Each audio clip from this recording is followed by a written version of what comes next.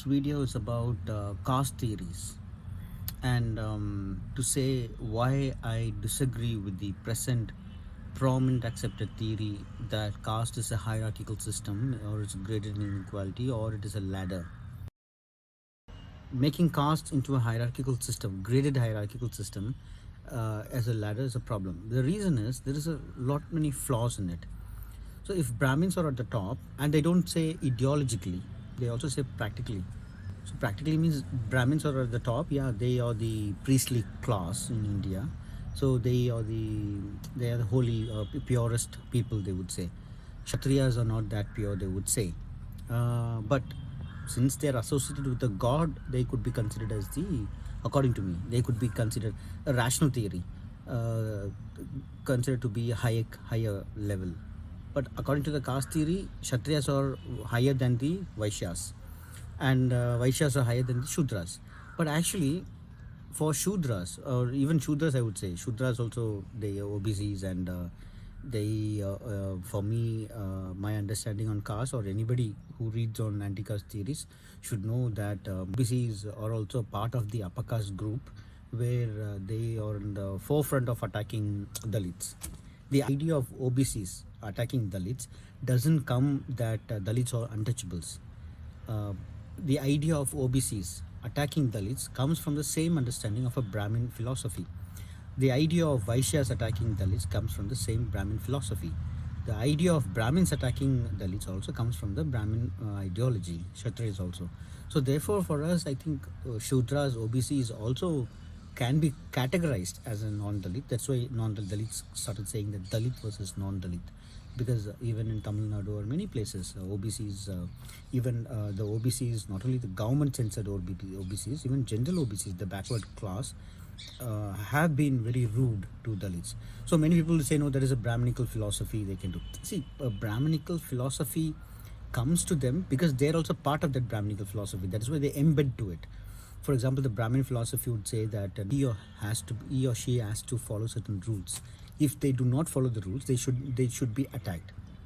And there is this Ka Panchayat, and the judiciary all do not stand with the Dalits, and that is also because this is normalized. So when OBC attacks Dalits, it is also because they are part of the Brahminical system. One cannot argue that OBCs are not part of the Brahminical system. They have been ingrained in it. So no, that is I don't agree to that. When we say Dalits, because they have categorized caste, anti-caste movement has been categorized anti-caste based on how upper caste treats others, not that how each caste treats others. So that is the problem with these anti-caste theories, because if that is the case, that anti-caste is against the caste atrocities, any caste atrocities or just caste atrocities, then they should have also considered the atrocities which happens among the Dalits, like the Parayas attacking the Chakliyas or Pallas attacking the Chakliyas in the south and in the north.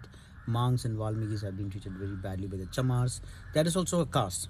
One cannot say that hierarchical system, that the Brahmin attacking them is different and they attacking no different at all, because a Chamar believes that, or his or her family believes that Valmikis are the untouchable lot, and Valmikis are people who do not have brains. They believe, and they openly also said, I've heard on my own thing that the Valmikis do not have, they talk very ill about that community. They say that we are educated. Mahars and Chamars would say that we are educated, and these guys do not want to get education, and they need to go and always go to this sanitation work. So that kind of an understanding, so there is no difference between that idea. That is root. The root of caste is something to believe that there is somebody low, and that is there among all castes. So therefore, caste cannot be a graded hierarchy, because caste is a hierarchy, that is higher and lower, that's it. So that is the simple format, I would say. The other problem with this is the present format. When we say caste is a hierarchy, so as a Dalit, I become a part of the Dalit category. the present theory. I become part of Dalit category, so therefore I can accuse the anti-caste casteism of the Brahmins, and I could also survive my own position. Like I can be a professor, I can write a book, and I can be a lecturer. I can give a lecture. If I'm a Dalit, I can use the Dalit card and do. So I think that is the, so this present theory actually satisfies the need, the personal need of one. So the second thing is, with this present anti-caste theory, see, there is no any kind of a progress to a community. It's only progress to leaders and academicians, whomever can commercialize the attacks. Because you see, we all know that the root of caste system is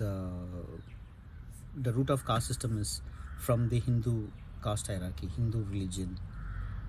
But and Ambedkar himself said that if somebody needs to leave away caste, then he or she has to quit or withdraw him or herself from the religion. But when an atrocity happens, nobody questions this. All leaders would say, it is so, though it is a socially, religiously connected issue, they would bring that, they have reduced that into a law and order issue. The Dalit movement would say, you file FIR. That's it. After FIR, no court, no case, because we Dalits,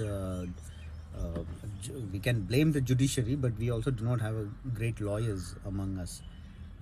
So that is also a reason. So therefore, the present anti-caste theory benefits the anti-caste, the so-called anti-caste leaders, so-called anti-caste teachers.